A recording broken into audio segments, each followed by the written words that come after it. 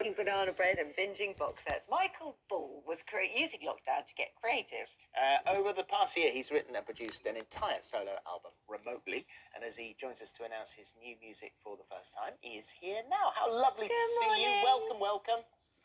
So it's beautiful. I'm actually filming in South Wales at the moment, and I've spent the whole morning down a coal mine. So I'm not enjoying Not much sunshine for you then. But it's amazing. It's for a series we're going to be doing at. It's going to be shown. It's about Wales. It's going to be shown the early summer. So I'm having a great time. Nice to be out. I bet. So listen, you're here to talk about the album then, which you only announced the other day. And this was an entirely different, I mean, the amount of albums you've created, but not one quite like this before, because this was totally all of you at home. Yeah, this is it. I got the inspiration, having done the single with Captain Tom and thinking, I need to do something. I need to be creative. I can't just sit drinking gin and watching box sets for the next few months. So I met this amazing singer-songwriter, the last guest on my radio show, Amy Watch. And I called her up and said, I want to write an album. I want to talk about the experiences I'm going through, that everyone's going through, the inspirations in my life. And she helped me set up in my, remotely, helped me set up in my office a little recording studio for about £4.20 and a bag of chips. And I literally learned on the job how to do this and to write the songs with her, and then I brought other friends in as well to start creating this. So how good are you? Because I'm sure you've said before that you are pretty rubbish at tech. Yeah, absolutely rubbish, absolutely. But you know, needs and it's trial and error.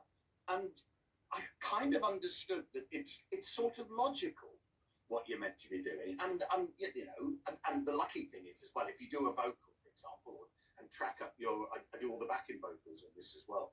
You can then send them remotely to somebody who can make it sound a lot better than what I was doing. Harmonies must be quite difficult. Yeah.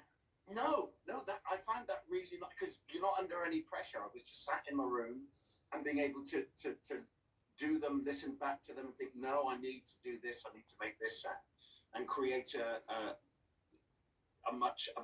fuller sound. And it was the most exciting experience for me. It really was to then have it and then be able to go downstairs and play it straight away to Kath and said, I've just written this, what do you think? Is it worth pursuing? And she usually say no. Lots of lovely, obviously, new songs there, new things that are inspired by all sorts of aspects of your life, but there will also be songs on there that people will already recognise. Yeah. There are three. It's a 14-track album, so 11 new tracks written by me. 3 tracks that I wanted to do for covers. I wanted to do. Well, I was made to do Heartbreaker by her indoors. You don't argue with her indoors during a pandemic, and she said, "I'd love to hear you sing that," so I did that, and it's a great song, a Bee Gees song. I got very. The last concert I went to before the madness happened was on the Woman to Woman tour. I'm sure you had Beverly Craven and Judy Zook and Julia Fordham on the show, and we went to see them in concert. And Beverly got up to sing her song "Promise Me," and she'd been through some really serious health issues, but she was back. She'd done her course of chemotherapy. She sang this song, and we were so moved by it, and it sort of reawakened my love of this song, so I chose to record that.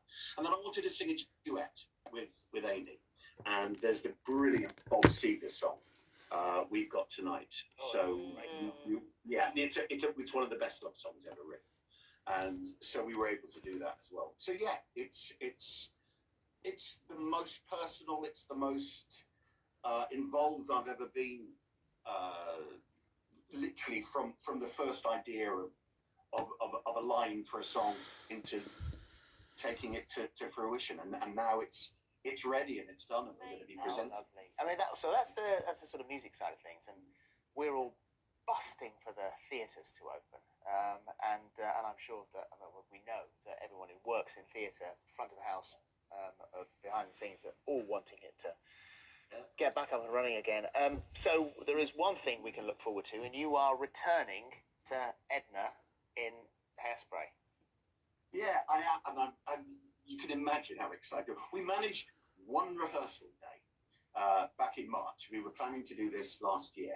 One day of rehearsal before we had to stop it, and we've been trying to work out when we can bring it back. And you know, if the roadmap goes as we hope it will do, it's going to be open June the 22nd at the Coliseum, and it's the right show, I think, for to reopen the West End.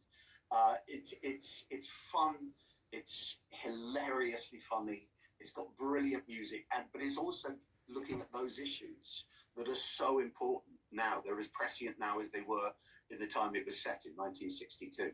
So I think if there is any show that people will get a kick out of for the returning to the theatre, it's going to be that. Count me in for that. What a night that's going to be for you. What a Even night. as an actor looking out from stage into the audience and seeing bums on seats. I mean, that's going to be incredible.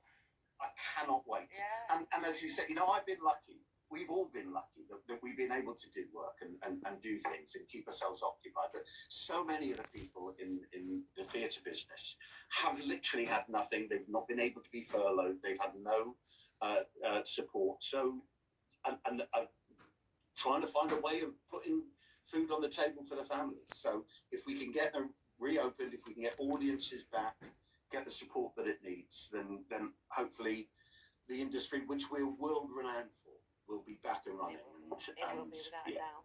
Thank you, Michael. Thank you very you. much indeed. We Are More Than One is out on the 7th of May, and it's lovely to talk to you. Good to Thank talk you. to you. Bye-bye. Great to see you. See ya.